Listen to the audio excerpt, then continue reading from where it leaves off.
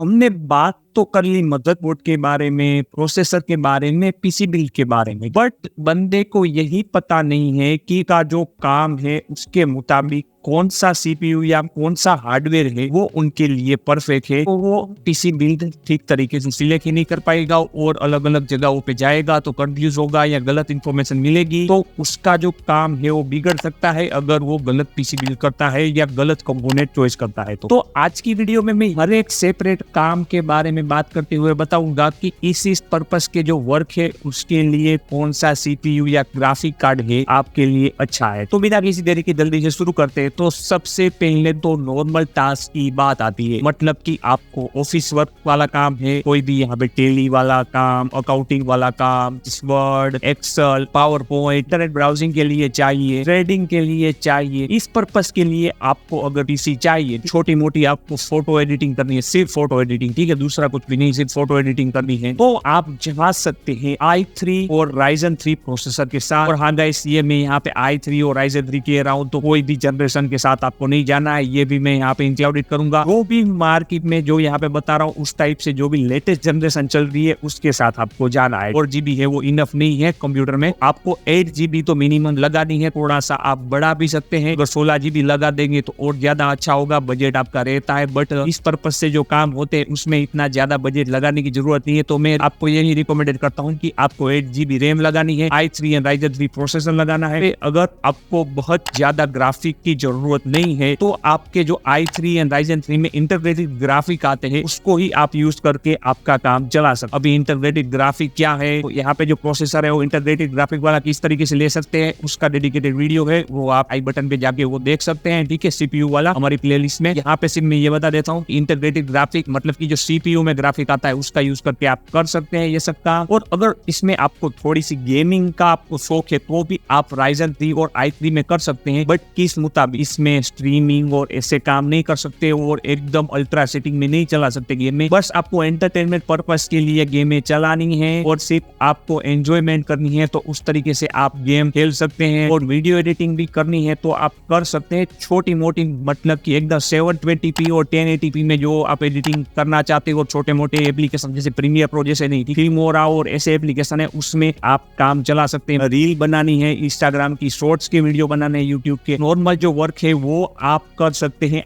i3 में और Ryzen 3 में, ठीक है। और इसमें अगर आपको ग्राफिक कार्ड लगाना है, आपका चॉइस है यहाँ पे, ठीक है, कि आपको इसमें ग्राफिक कार्ड भी लगाना है और जरूरत भी है। अगर आपको ट्रेडिंग और ऐसे काम करने हैं तो वहां पे आपको मल्टीपल डिस्प्ले लगानी है तो आपको ग्राफिक कार्ड की जरूरत पड़ती है। तो मल्टीपल डिस्प्ले चाहिए तो उसके लिए आपको पोर्ट ज्यादा होने चाहिए, डिस्प्ले पोर्ट के या HDMI पोर्ट, तो उस मुताबिक का आपको नॉर्मल ग्राफिक कार्ड आप ले सकते हैं। AMD में भी जो नॉर्मल जो ग्राफिक कार्ड आते हैं उसके साथ आप जा सकते हैं। आप यहाँ पे मैक्सिमम किस ग्राफिक कार्ड सब जा सकते हैं वो क्वेश्चन है आप, तो इसमें मैं तो आपको रिकमेंडेड करता हूं कि आपको 6060 सुपर तक जाना है अभी के जो लेटेस्ट सीपीयू है i3 और Ryzen 3 उस मुताबिक, अगर इस तरीके से आपको काम करना है तो। वरना आप जीपीयू के बिना भी इस सीपीयू को चला सकते हैं और ये जो मैंने सारे वर्क कहे वो विदाउट जीपीयू के भी अच्छी तरीके से चल जाएंगे, उस तरीके के वर्क है, ठीक है। अभी बढ़ते हैं इससे थोड़ा हेवी टास्क की तरफ, इसमें की आता है एकदम हेवी फोटो एडिटिंग, यहाँ पे ग्राफिक डिजाइनिंग, फिर हम बात करें वीडियो एडिटिंग, गेमिंग भी करनी है और साथ में लाइव स्ट्रीमिंग भी करनी है, रिकॉर्डिंग भी करनी है, इस तरीके की भी काम है। या फिर आपको कोडिंग करनी है और डेवलपर है आप, और बिगिनर है या फिर एक्सपर्ट है, जो भी एंड्रॉइड स्टूडियो चलाना है, तरीके के काम है, मतलब कि थोड़े हेवी टास्क वाले काम है, तो आपको जाना है i5 एंड Ryzen 5 प्रोसेसर के साथ। आप लाइव स्ट्रीमिंग कर सकते हैं, अच्छी खासी खतरनाक लेवल की गेमिंग कर सकते हैं, वीडियो एडिटिंग भी 4K वाली नॉर्मल वीडियो एडिटिंग भी कर सकते हैं, ठीक है। अभी 4K वाली एकदम मूवी एडिटिंग करने जाओगे तो नहीं पॉसिबल होगा, बट नॉर्मल जो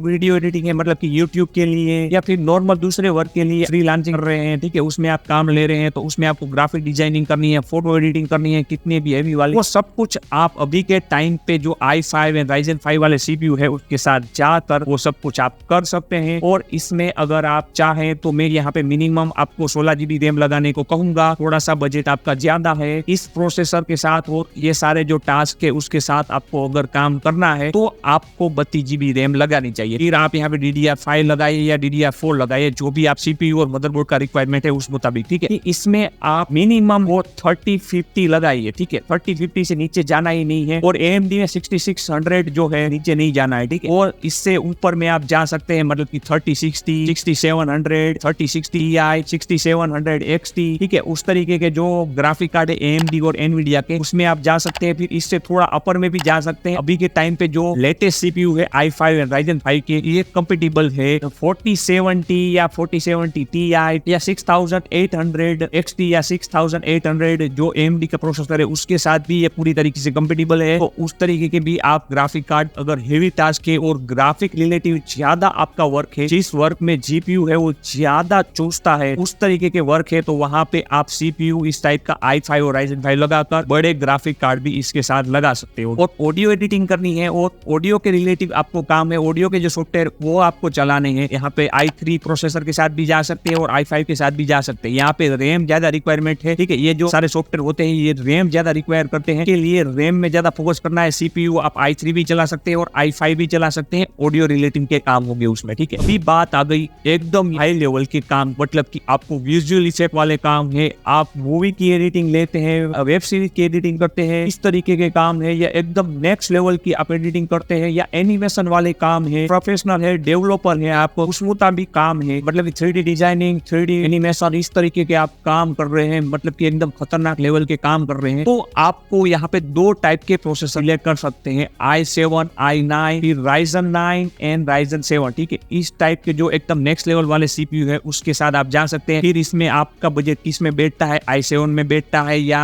i9 में बैठता है या Ryzen 7 में बैठता है या Ryzen 9 में बैठता है, ठीक है। उस मुताबिक आप इसमें सिलेक्ट कर सकते हैं। इस तरीके के अगर काम है तो एनिमेशन है, विजुअल इफेक्ट वाले काम है, ठीक है, 3D रेंडरिंग, 3D डिजाइनिंग है, बहुत ज्यादा इस चीजों में, रेंडरिंग में और दूसरे जो काम है उसमें बहुत ज्यादा काम आएगी रैम भी, ठीक है। तो रैम यहाँ पे मैक्सिमम आपको लगानी है। और उसके साथ साथ हाँ, एक दूसरा काम भी मैं भूल गया साथ में, कि गेम डेवलपर है आप, तो गेम डेवलपर जो है उसको भी एकदम हेवी टास्क होते हैं, तो उसके लिए भी वो भी यही कह रहा हूँ उसी तरीके का हार्डवेयर सिलेक्ट करें। इसमें आपको ग्राफिक कार्ड की तो हर एक काम के लिए सबसे ज्यादा जरूरत है, काम को छोड़कर, मतलब कि अगर आप डेवलपर है तो उसमें इतना ग्राफिक कार्ड का जरूरत नहीं है, नॉर्मल डेवलपर है तो, बट अगर गेम डेवलपर है तो वहां पे फिर से ग्राफिक कार्ड की नीड हो जाती है। तो इसमें आपको एकदम मैक्सिमम जितना जा सकते हो, और मार्केट में जो मैक्सिमम ऑप्शन है और उस तरीके का आपका बजट है, तो आपको मतलब कि 3090, 4090 इस तरीके के जो ग्राफिक कार्ड है, इस तरीके के जो AMD के ग्राफिक कार्ड है उसके साथ ही आपको जाना है। 3080 Ti या 4080 Ti या 4080 उसके साथ आप जा सकते हैं, बट इससे नीचे नहीं जाना है। अगर इस तरीके के CPU आप परचेस कर रहे हो गाइस, इसकी मैक्सिमम परफॉर्मेंस लेनी है तो साथ साथ में आप इस तरीके के पावरफुल ग्राफिक कार्ड भी अटैच करो, जिससे कि और ज्यादा मैक्सिमम पावर मिले। मैं यही देखता हूँ कि ज्यादातर बंदे ऐसा ही करते हैं कि i9 और i7 ले लेते हैं, फिर यार